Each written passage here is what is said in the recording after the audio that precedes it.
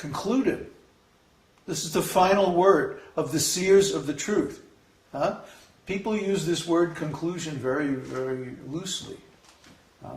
But actually, conclusion means final determination that can never be changed.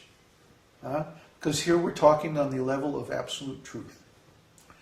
So those who are seers of the truth, they know the truth. They can see it. They don't have to think about it. They don't have to guess it. They can see the truth. The seers of the truth have concluded, finally, permanently, that of the non-existent there is no endurance. How can something that does not exist endure? It doesn't exist in the first place, so it can't endure. It has no real basis of existence. Try to understand. We've been preaching for the last 4 years, solid, on this verse and 2:13. 2 verses in Bhagavad Gita has been the whole of our preaching work for the last 4 years, since 2004. Since 2004, we have been talking about the ontological position of consciousness and real existence. So that which does not exist, which does not have real existence, is impermanent. It has no endurance. If we see something that has no endurance, we know it doesn't really exist. Its existence is relative only.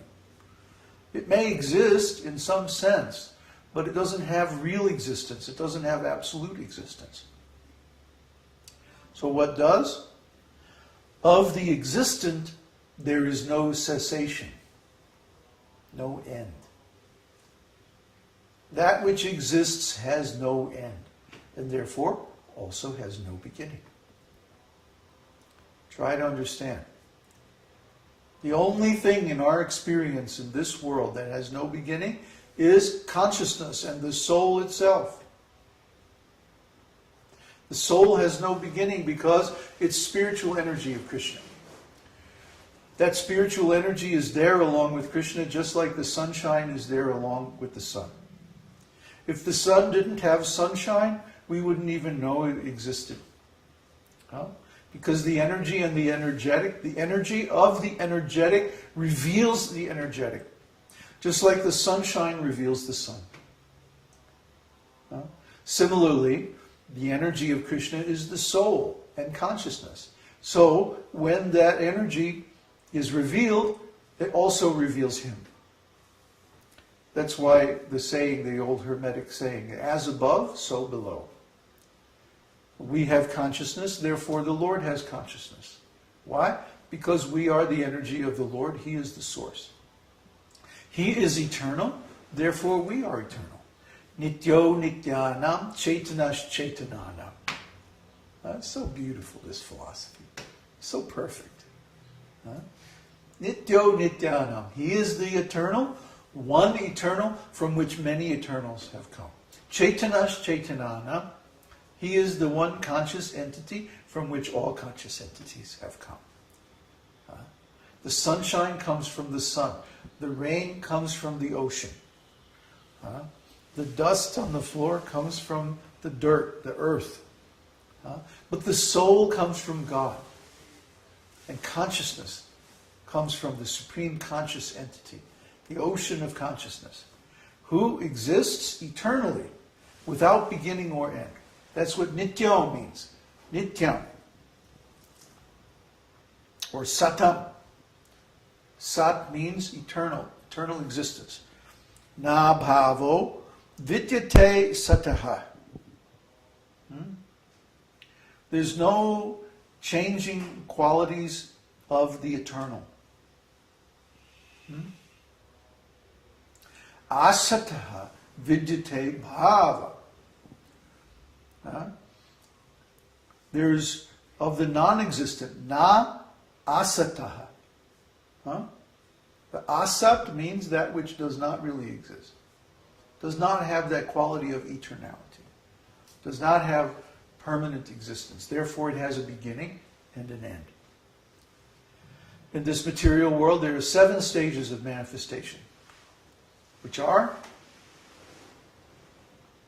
oh, come on, this is basic. Gestation, right? What comes before gestation?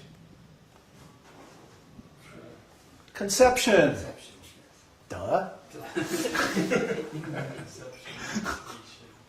Conception, gestation, and then what happens? Squeeze the toothpaste tube? Birth. Then growth. Then? Maturity. Yeah, but what is the distinguishing characteristic of maturity? Getting old. No, that comes later. Before. Creation of byproducts. Yes. Creation of byproducts. That means work and reproduction. Well, that's what most adults are engaged in, work and reproduction. Huh? So then comes dwindling, old age, and death. Everything in the material world goes through these 7 stages. Conception, gestation, birth, growth, creation of byproducts, dwindling, and death. Everything. Everything. And everything that goes through these 7 stages is impermanent. Therefore, it doesn't really exist. If you look at eternity, unlimited time, and then you look at the existence of this body, this world, this universe, or anything material, the interval of time in which it exists, it becomes vanishingly small in the purview of eternity. I was just reading this morning in the story of Tulsi Devi that when Sudama was cursed by Radharani to take birth in the material world, the longest that he could be gone was 1 manvantara. Because Radharani was feeling very sad. Oh, I shouldn't have been so mean. I shouldn't have got angry at him. So she wanted to take back her curse. But Krishna said, don't worry. He's only going to be gone for half a moment. Because 1 manvantara, 4,320,000,000 years in the material world, is only half a moment in Goloka Vrindavan. Truti. Vedic terminology for half a moment. As long as it takes to snap your fingers. It's a truti. So for 1 truti in the spiritual world, we have to go through 4,320,000,000 years. 72 complete yuga cycles. The period of 1 Manu. During that time, the Manu takes birth, assumes his post. So many yuga cycles come and go, round and round, 72 times.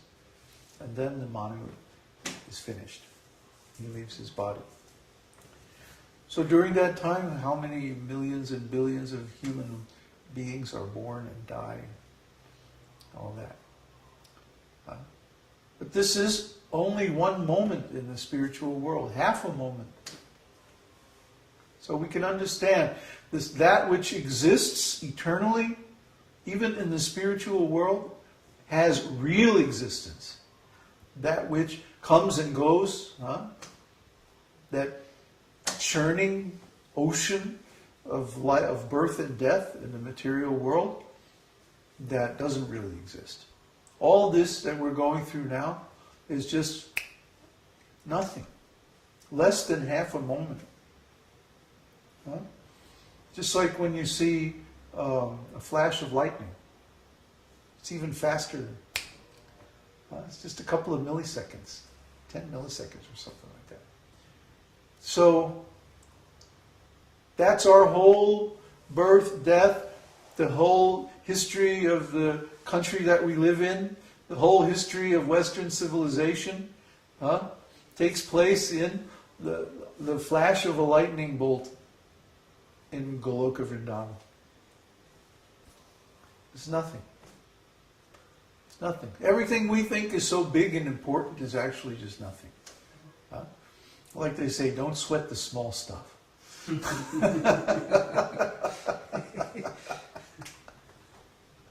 So we have an opportunity to understand what is eternal existence. Huh? This, the seers have concluded, again, permanent conclusion, huh? By studying the nature of both. Tattvadarshibihi. Tattvadarshibihi means the seers of the truth. They are the subject of this shloka. In Sanskrit, this subject not always, but frequently comes last for emphasis. And by drishta, by seeing.